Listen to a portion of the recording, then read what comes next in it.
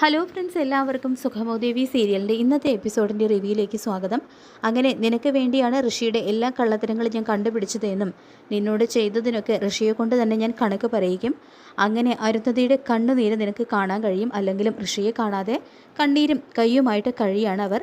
നിന്നെ കൊടുക്കാൻ നോക്കിയതിന് ഋഷിയെക്കൊണ്ടും അരുന്ധതിയെക്കൊണ്ടും ഒക്കെ കണക്ക് ചോദിക്കാൻ ഞാൻ നിന്നെ സഹായിക്കാം എന്നെല്ലാം പ്രകാശ് പറയുമ്പോൾ നന്ദൻ പറയുന്നുണ്ട്, എനിക്ക് അങ്ങനെ ഒരമ്മയുടെയും കണ്ണീര് കാണണ്ട. എൻ്റെ അമ്മയും ചന്ദ്രോത്ത് എന്നെ കാണാതെ കണ്ണീരൊഴുക്കി കഴിയായിരിക്കും. ഉറങ്ങാൻ പറ്റുന്നുണ്ടാവില്ല എൻ്റെ അമ്മയ്ക്ക്. അതുകൊണ്ട് ആരോടും ഒരു പ്രതികാരത്തിനും ഞാനില്ല എന്നാണ് നന്ദൻ പറയുന്നത്. അങ്ങനെ നന്ദൻ്റെ ആളാണെന്ന് വരുത്തി തീർത്തുകൊണ്ട് പ്രകാശ് അവിടെ അഭിനയിച്ച് തകർക്കുകയാണ് നന്ദൻ്റെ മുന്നിൽ. പിന്നീട് പ്രഭാവതി ദേവികയെ വിളിക്കുന്നു. ഒരുപക്ഷെ ഋഷിയെ കൊണ്ടുപോയവർ തന്നെയായിരിക്കുമോ നന്ദനും കൊണ്ടുപോയി അവരുടെ കസ്റ്റഡിയിൽ തന്നെയായിരിക്കും എന്ന് ചോദിക്കുമ്പോൾ അതിനുള്ള സാധ്യതയില്ല അമ്മേ, നമ്മളിപ്പോൾ എന്തായാലും അരുന്ധതിയുടെ പുറകെ തന്നെയാണെന്ന് ദേവിക പറയുന്നുണ്ട്. ഏതായാലും 2 ദിവസം കൂടി നമുക്ക് നോക്കാം. അമ്മ പറഞ്ഞതുപോലെ ഋഷിയെ കൊണ്ടുപോയവരുടെ കസ്റ്റഡിയിൽ തന്നെയാണ് നന്ദനുമെങ്കിൽ നമുക്കത് കണ്ടെത്താൻ കഴിയും. ഒന്നും സംഭവിക്കില്ല, അമ്മ സമാധാനമായിട്ടിരിക്കാൻ പറയുന്നുണ്ട് കേട്ടോ ദേവിക. പിന്നീട് നന്ദനെയും എന്നെയും ഇവിടേക്ക് തട്ടിക്കൊണ്ടുവന്ന് അടച്ചിട്ടിരിക്കുന്നത് എന്തോ ഒരു ഗൂഢലക്ഷ്യം നിങ്ങൾ മനസ്സിൽ കണ്ടിട്ടല്ലേ എന്ന് ഋഷി തുറന്നെടുത്ത് ചോദിക്കുമ്പോൾ, നിനക്ക് വേണ്ടിയിട്ടാണ് ഞാൻ നന്ദനെ കൊണ്ടുവന്നത്. നിൻ്റെ മുൻപിലിട്ട് അവനോടുള്ള പ്രതികാരം തീർക്കാൻ. നിനക്കും നിൻ്റെ അമ്മയ്ക്കും നന്ദനോടും ചന്ദ്രോത്തോടുള്ള പക എന്താണെന്ന് എനിക്കറിയാം. എൻ്റെ ജീവിതം തകർത്തതും ചന്ദ്രോത്തുകാരാണ്. അതുകൊണ്ട് നമുക്ക് 2 പേർക്കും അവനോടുള്ള ഒരു പ്രതികാരം ഇവിടെ വച്ച് തന്നെ തീർക്കാം എന്നെല്ലാം പറഞ്ഞുകൊണ്ട് ഋഷിയുടെ മുന്നിൽ ഋഷിയുടെ ആളാണെന്നെല്ലാം ഒരു രക്ഷകനാണെന്നെല്ലാം വരുത്തി തീർക്കുകയാണ് കേട്ടോ പ്രകാശ് ചെയ്യുന്നത്. അതിനുശേഷം എസ്തപ്പൻ അരുന്ധതിയുടെ വീട്ടിലേക്ക് ചെല്ലുന്നു. എൻ്റെ മോനെ ഒന്നും ചെയ്യില്ല എന്നെല്ലാം അരുന്ധതി പറയുമ്പോൾ, ഒന്നും ചെയ്യില്ല, നിങ്ങൾ എന്തിനാണ് കെവിനെ എൻ്റെ വീട്ടിലേക്ക് പറഞ്ഞു വിട്ടതെന്ന് എസ്തപ്പൻ ചോദിക്കുമ്പോൾ അത് കേട്ട് ഒന്നും മനസ്സിലാകുന്നില്ല കേട്ടോ അരുന്ധതിക്ക്. ഞാൻ ആരെയും പറഞ്ഞു വിട്ടിട്ടില്ല എന്ന് പറയുമ്പോൾ അവൻ അങ്ങനെയല്ലല്ലോ പറഞ്ഞത്. ഋഷി എൻ്റെ വീട്ടിൽ ഉണ്ടോ എന്നറിയാനായിട്ട് അവനെ പറഞ്ഞു വിട്ടു എന്നാണല്ലോ.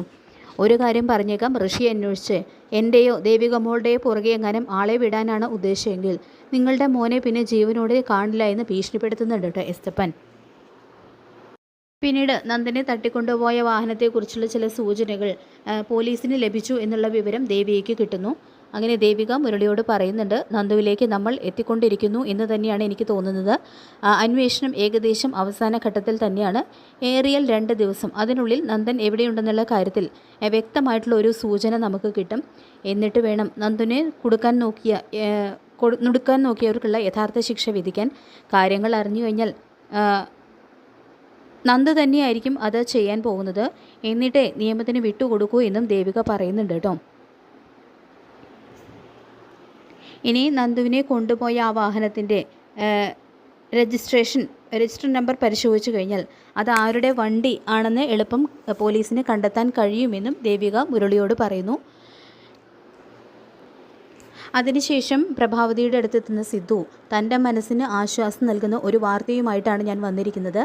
നന്ദനെ കൊണ്ടുപോയ വാഹനത്തെക്കുറിച്ചുള്ള സൂചന കിട്ടിയെന്ന് പോലീസിൽ നിന്നും അറിഞ്ഞു എന്ന് ദേവിക പറഞ്ഞു എന്ന് സിദ്ധാർത്ഥ് പറയുന്നത് കേട്ട് സത്യമാണോ സിദ്ധു എന്ന് ചോദിക്കുന്നുണ്ട് പ്രഭാവതി. ഇനി അധികം വൈകില്ല, നന്ദനെ തട്ടിക്കൊണ്ടുപോയത് ആരാണെന്ന് കണ്ടെത്താനെന്നും സിദ്ധു പറയുന്നുണ്ട് കേട്ടോ. അപ്പോൾ അത് കേട്ട് ഒരുപാട് നാളുകൾക്ക് ശേഷം വലിയൊരു ആശ്വാസം തോന്നുന്നുണ്ട് കേട്ടോ പ്രഭാവതിക്ക്. അതിനുശേഷം മുരളി വീട്ടിലെത്തി ഭാർഗവിയെയും മുരളിയൊക്കെ കാര്യങ്ങളൊക്കെ അറിയിക്കുന്നു. നന്ദനെ എന്തായാലും ഉടനെ തന്നെ കണ്ടെത്താൻ കഴിയും എന്ന് തന്നെയാണ് പ്രതീക്ഷ. അതിനെ സഹായിക്കുന്ന ചില നിർണായകമായിട്ടുള്ള വിവരങ്ങൾ കിട്ടിയിട്ടുണ്ട്. ഞാനും ദേവികയും രണ്ടും കൽപ്പിച്ചുള്ളൊരു കളിക്ക് ഇറങ്ങി പുറപ്പെടുകയാണെന്നും വരുന്നിടത്ത് വെച്ച് കാണാമെന്നും പറയുന്നു. അതിനുശേഷം കാണിക്കുന്നത് നന്ദനെ തട്ടിക്കൊണ്ടുപോയ ആ ഒരു സങ്കേതത്തിലേക്ക് എല്ലാത്തിനും പുറകിൽ പ്രവർത്തിക്കുന്ന ആ ഒരു യഥാർത്ഥ വ്യക്തി എത്തുന്നതാണ്. എന്തായാലും ചന്ദ്രോത്തുകാരോടും അരുന്ധതിയോടും പക മനസ്സിൽ സൂക്ഷിക്കുന്ന ഒരു വ്യക്തിയാണ് ഇതിനെല്ലാം പുറകിൽ കളിച്ചിരിക്കുന്നത്. അപ്പോൾ പ്രകാശനും ചന്ദ്രോത്തുകാരോടും അരുന്ധതിയോടും ഒക്കെയുള്ള ഒരു പക അറിയാവുന്ന ഇയാൾ പ്രകാശനെ ഉപയോഗിച്ച് കാര്യങ്ങളെല്ലാം നീക്കുമായിരുന്നു. അപ്പോൾ ആ ഒരു യഥാർത്ഥ വ്യക്തിയാണ് എല്ലാത്തിൻ്റെയും പുറകിലിരുന്നു കൊണ്ട് ചരട് വലിക്കുന്നത്.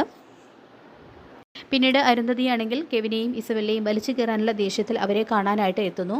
എന്നിട്ട് പറയുന്നുണ്ട്, നീ എന്തിനാ എസ്തപ്പാൻ്റെ വീട്ടിൽ പോയത്? അയാളിപ്പോൾ പറയുന്നത് ഞാനാണ് നിന്നെ അയച്ചത് എന്നാണ്. അയാൾ ഒരു ഗുണ്ടയാണ്, എന്തിനും മടിക്കാത്ത ഒരു പ്രകൃതക്കാരനാണ് എന്നെല്ലാം ചോദിച്ചുകൊണ്ട് കെവിനെ ചോദ്യം ചെയ്യുന്നു. അപ്പോൾ ഇസബെല്ല പറയുന്നുണ്ട്, മാഡം കെവിനെ വഴക്ക് പറയണ്ട, ഞാനാണ് കെവിനെ ഇസ്തപ്പാൻ്റെ വീട്ടിലേക്ക് പറഞ്ഞു വിട്ടത്. ഒരുപക്ഷെ ഋഷിയെ അവരവിടെ തടവിൽ പാർപ്പിച്ചിട്ടുണ്ടോ എന്ന് സൂത്രത്തിൽ കണ്ടുപിടിക്കാൻ വേണ്ടിയിട്ടാണ് കെവിൻ എവിടേക്ക് പോയത് എന്നും ഇസബെല്ല പറയുന്നുണ്ട് കേട്ടോ. ഇത് കേട്ട് ദേഷ്യം വരുന്ന അരുന്ധതി, നിങ്ങളിങ്ങനെയൊക്കെ ഇറങ്ങി പുറപ്പെടുമ്പോൾ ഇല്ലാതാകാൻ പോകുന്നത് എൻ്റെ മോൻ്റെ ജീവിതമാണെന്ന് അബദ്ധവശാൽ അരുന്ധതി പറയുന്നത് കേട്ട് ഞെട്ടി നിൽക്കുകയാണ് കെവിനും ഇസബെല്ലയും. അപ്പോൾ നമുക്ക് കാത്തിരിക്കാം വരാൻ പോകുന്ന ത്രില്ലിംഗ് എപ്പിസോഡുകൾക്കായിട്ട്. ഈ റിവ്യൂ ഇഷ്ടപ്പെട്ടെങ്കിൽ ലൈക്ക് ചെയ്യുക, ചാനൽ കൂടി ഒന്ന് സബ്സ്ക്രൈബ് ചെയ്ത് സപ്പോർട്ട് ചെയ്യുക. താങ്ക്